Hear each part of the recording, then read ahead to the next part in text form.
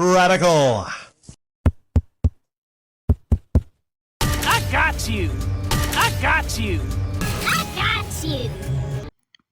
What I'm about to share with you all is quite shocking. You will be surprised to hear that Firewalk Studios, the studio responsible for the massively successful hero shooter known as Concord, that has been trying to compete with Overwatch for a couple days, maybe a week or so before it was pulled offline. The game that sold about 25,000 copies, that was heavily promoted by Sony, what is seen generally as the biggest monetary failure in gaming history. That studio, you'll be surprised to hear, has been shit-canned. I'm over at SonyInteractive.com, official website of Sony, and in their blog section, they have an internal email from Herman Holst. And here's the email. Dear team, today I want to share some important updates from Sony Interactive Entertainment Studio Business Group. We consistently evaluate our games portfolio and status of our projects to ensure we are meeting near and long-term business priorities. As part of our ongoing efforts to strengthen Sony Entertainment of America's studio business, Sony Interactive Entertainment Studio Business, we have had to make a difficult decision relating to two of our studios, Neon Koi and Firewalk Studios. Expanding beyond PlayStation devices and crafting engaging online experiences alongside our single-player games are key focal areas for us as we evolve our revenue streams. Evolve our revenue streams. We need to be strategic, though, in bringing our games to new platforms and recognize when our games fall short of meeting player expectations. While mobile remains a priority growth area for the studio business, we are in the very early stages of our mobile efforts. To achieve success in this area, we need to concentrate on titles that are in line with PlayStation Studios' pedigree and have the potential to reach more players globally. With this refocused approach, Neon Koi will close, and its mobile action game will not be moving forward. I want to express my gratitude to everyone at Neon Koi for their hard work and endless passion to innovate.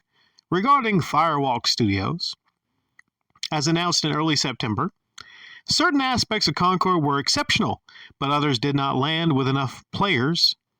Exceptional? Were they exceptional? As a result, we took the game offline. We have spent considerable time these past few months exploring all our options. After much thought, we have determined the best path forward is to permanently sunset the game and close the studio. I want to thank all of Firewalk for their craftsmanship, creative spirit, and dedication. The PvP first-person shooter genre is a competitive space that's continuously evolving, and unfortunately, we did not hit our targets with this title, to say the least. We will take the lessons learned from Concord and continue to advance our live service capabilities to deliver future growth in this area. Whoop-de-doo, more live service. I know none of this is early news to hear, particularly with colleagues and friends departing SIE. Both decisions were given serious thought, and ultimately, we feel they are the right ones to strengthen the organization. Neon Koi and Firewalk were home to many talented individuals, and we will work to find placement for some of those impacted within our global community of studios where possible. I'm a big believer in the benefits of embracing creative experimentation and delivering new IP. However, growing through sustainable financials, especially in a challenged economic environment, is critical.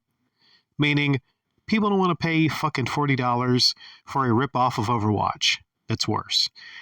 While today is a difficult day, there is much to look forward to in the months ahead from the studio business group and our teams. I remain confident that we are building a resilient and capable organization driven by creating unforgettable entertainment experiences for our players.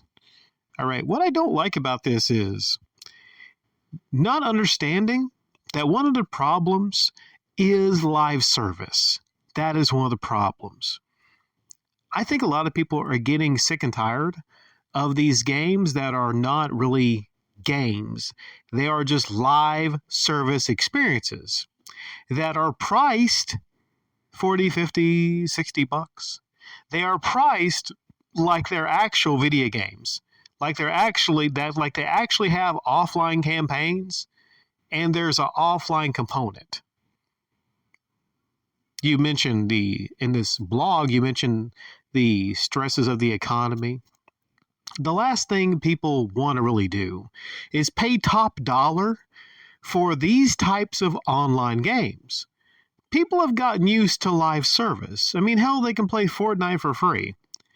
The path forward, if it was going to be a path forward for Concord, was going to be free to play.